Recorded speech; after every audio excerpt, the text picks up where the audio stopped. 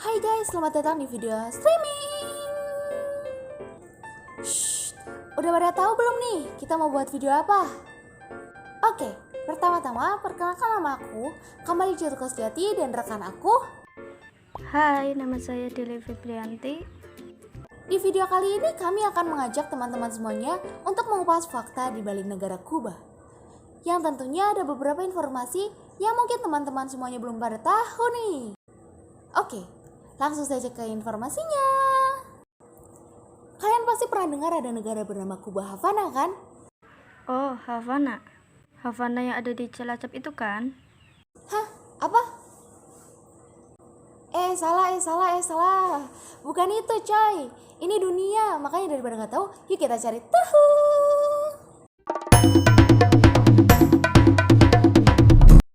Oke, pertama-tama aku akan menjelaskan sedikit tentang negara Kuba sebelum kita mengupas secara keseluruhan.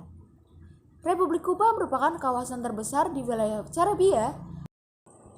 Negara Kuba sendiri terbagi menjadi dua kepulauan besar, yaitu Pulau Kuba, yang merupakan pulau terbesar dan meliputi sebagian besar wilayah daratan negara tersebut, dan Pulau Isla de la Juventud sebagai pulau terbesar keduanya. Selain itu, wilayah ini juga mempunyai pulau-pulau kecil di sekitarnya. Secara keseluruhan, total luas wilayah daratan negara Kuba adalah 109,88 km persegi, yang kalau dibandingkan dengan luas wilayah Indonesia, sama seperti Pulau Kalimantan Timur yang sedikit lebih besar daripada negara Kuba, yaitu 123,066 ribu km persegi. Kuba sendiri tidak memiliki perbatasan daratan dengan negara-negara lain di sekitarnya. Secara geografis, Kuba berada di sebelah timur Meksiko, di selatan bagian Florida dan Bahana Amerika Serikat, di sebelah barat Haiti, dan di utara Jamaika. Atau bisa dikatakan negara Kuba ini terletak di antara Laut Caribia, Teluk Meksiko, dan Samudra Atlantik bertemu. Selain sebagai negara terbesar di kawasan Caribia, Kuba juga memiliki penduduk terbesar kedua di kawasan tersebut.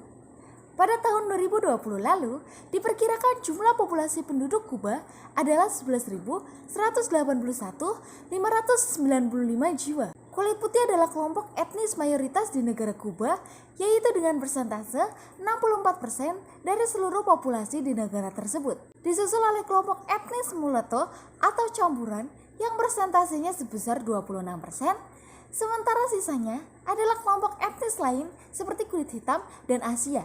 Meski kekristenan adalah agama dominan dengan pemeluk terbanyak di negara ini, namun lanskap keagamaan Kuba juga sangat ditentukan oleh berbagai indikasi kreditas atau penggabungan keyakinan yang berbeda dengan berbagai aliran pemikiran. Kekristenan di negara ini sering dipraktikkan bersamaan dengan kepercayaan lain seperti Santeria dan berbagai besar agama Afrika lainnya yang mencakup sejuta kultur. Republik Kuba adalah salah satu dari sedikit negara sosialis yang menganut ideologi Marxisme. Berdasarkan sejarahnya, negara ini telah memiliki sistem politik sosialis sejak tahun 1959 berdasarkan pada prinsip satu negara satu partai. Konstitusi negara ini juga menggambarkan bahwa peran Partai Komunis Kuba sebagai kekuatan utama masyarakat dan negara serta memiliki kemampuan untuk menerapkan kebijakan nasionalis. Presiden Kuba saat ini adalah Miguel Diaz-Canel yang menggantikan Raúl Castro sebagai sekretaris pertama Partai Komunis Kuba. Pada tahun 2021, Diaz-Canel adalah penguasa pertama yang tidak berasal dari keluarga federal atau Raúl Castro. Pusat pemerintahan negara Kuba berada di kota Havana. Kota ini adalah ibu kota sekaligus kota terbesar di negara Kuba. Selain sebagai pusat pemerintahan kota yang dibangun oleh penjajah Spanyol pada abad ke-16 ini, juga berfungsi sebagai peningkatan ekonomi, juga sebagai pusat komersial terkemuka di Kepulauan Caribia. Ekonomi Kuba adalah ekonomi komando campuran yang didominasi oleh perusahaan yang dikelola oleh negara. Saat ini, Kuba memiliki ekonomi terencana di dunia dan ekonominya didominasi oleh industri, pariwisata, dan ekspor tenaga kerja yang stabil seperti gula, tembakau, dan kopi. Negara ini juga menduduki peringkat tertinggi di negara-negara kawasan Caribia pada beberapa metrik kinerja nasional seperti perawatan, kesehatan, dan pendidikan. Sejarah Kuba.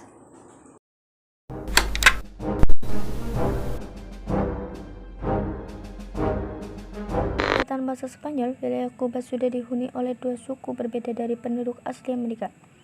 Dua suku tersebut adalah suku Taino yang mendiami wilayah bagian timur dan Buana Hatabe yang mendiami wilayah barat Kuba.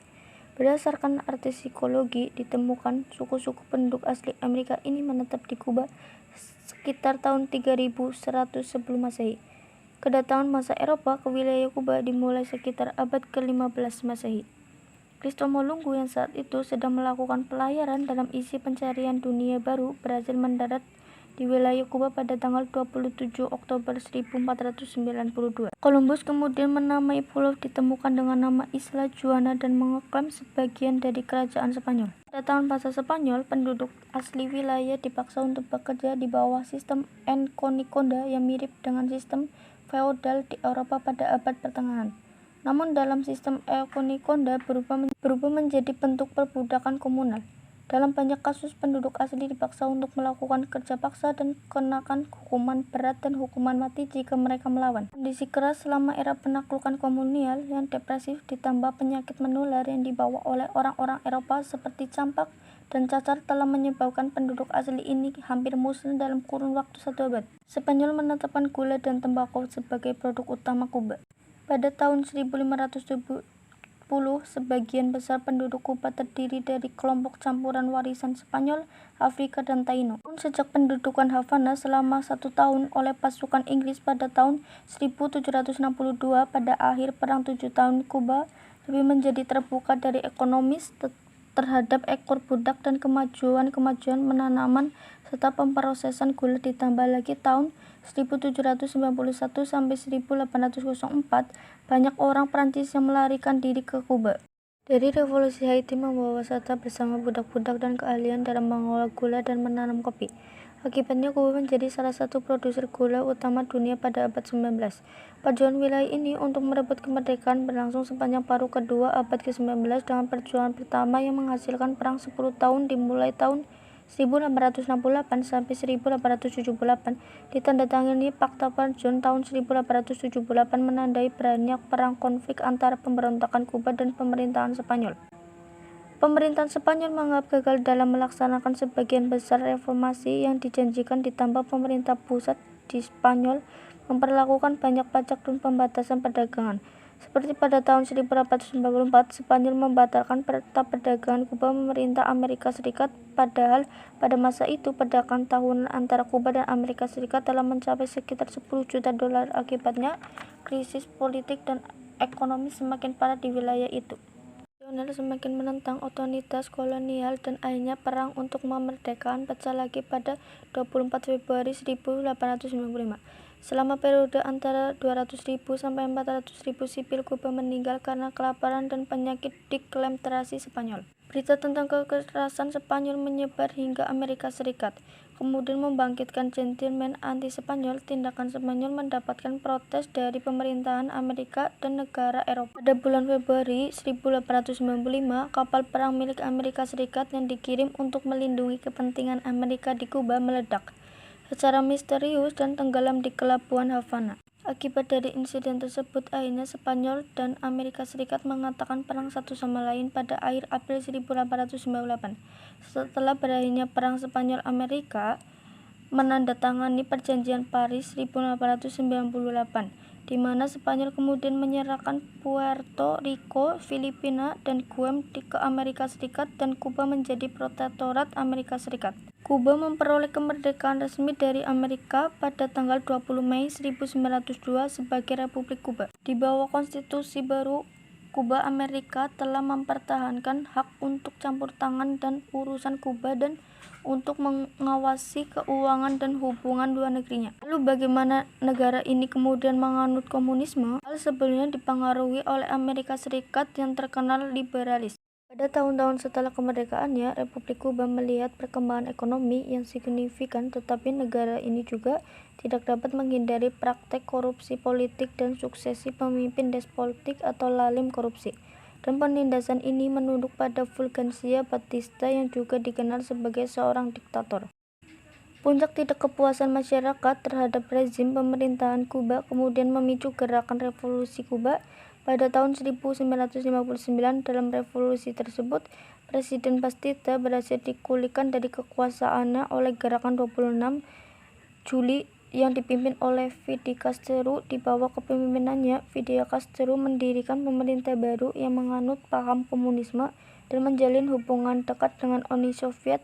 Saat ini Kuba adalah salah satu negara sedikit sosialis Marxis-Leninis yang masih ada, di mana peran garda terdepan Partai Komunis diabadikan dalam konstitusi negaranya.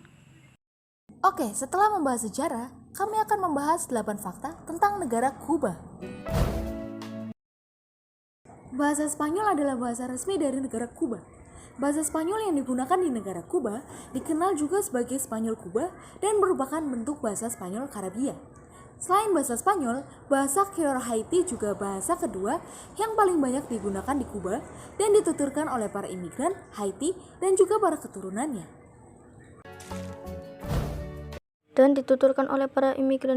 Keturunan mereka, Estrella adalah sebutan lain untuk bendera nasional Kuba.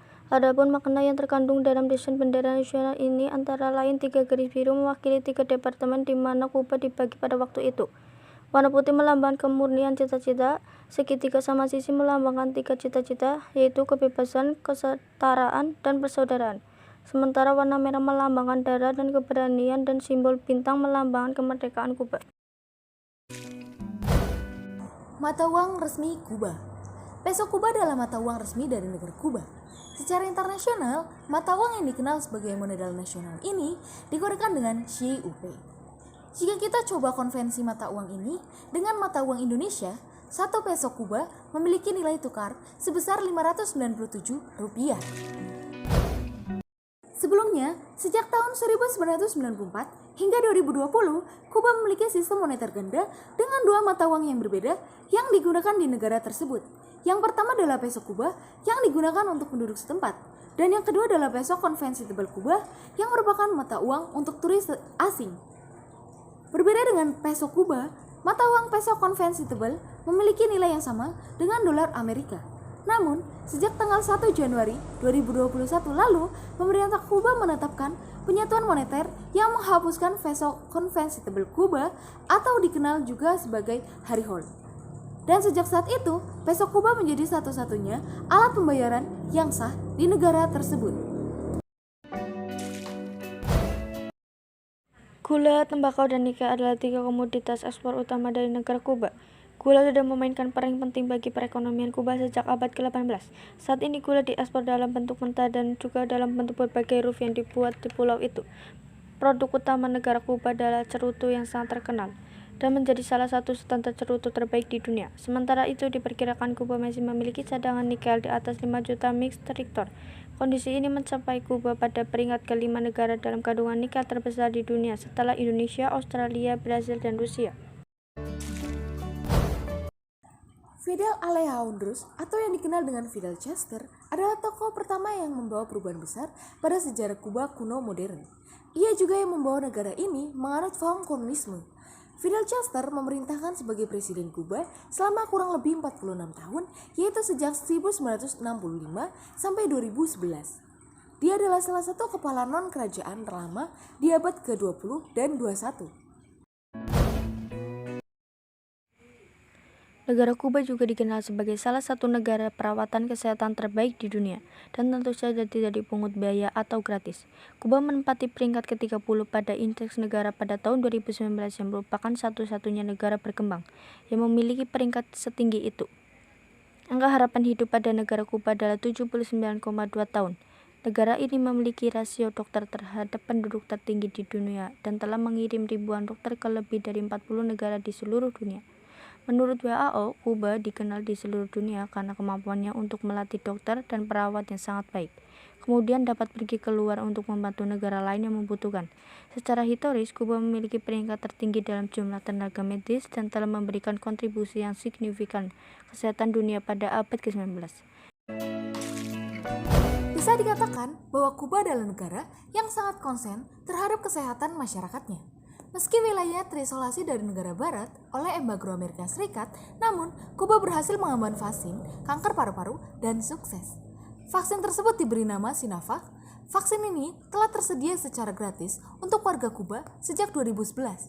Pada 2015 lalu, Kuba menjadi negara pertama yang memberantas penularan HIV dan siklus pada ibu ke anak, sebuah prestasi yang dipuji oleh Organisasi Kesehatan Dunia.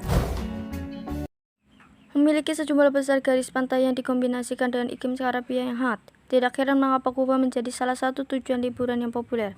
Banyak pantai yang secara konsisten diberikan penghargaan sebagai yang terbaik di dunia, seperti Pantai Varadero misalnya menempati peringkat kedua di dunia untuk penghargaan Travel Koi 2019 dari Tri and Fraser. Kuba memiliki 9 situs keajaiban dunia dari UNESCO, dan salah satu situs paling terkenal dari negara ini adalah Alt Havana atau Havana Beach. Bangunan ini pertama kali ditetapkan dengan status UNESCO. Alt Havana terkenal karena arsitektur lamanya dan benteng utuhnya. Selain Alt Havana, 8 situs warisan dunia lainnya yaitu Taman Nasional Alexandre de Humboldt, Taman Nasional de San Pedro de Gramar, Lembah Vinates Trinidad, dan Lembah de los Ingenieros, Kastil San Pedro de la Loja, Pusat Sejarah Sia Geogos, Pusat Sejarah Samalkue, dan lanskap arkeologi perkebunan kopi pertama di negara Kuba. Oke, jadi apakah kalian sudah mengerti dengan penjelasan yang aku dan Adel berikan?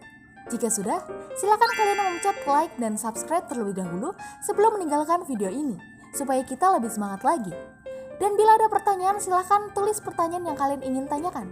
Sekali lagi, ingat, harus yang ingin kalian tanyakan. Jika tidak, nanti seperti hubungan kalian yang stuck di situ aja. Shh, aku terlalu jujur ya bilangnya. Hehe, bye-bye.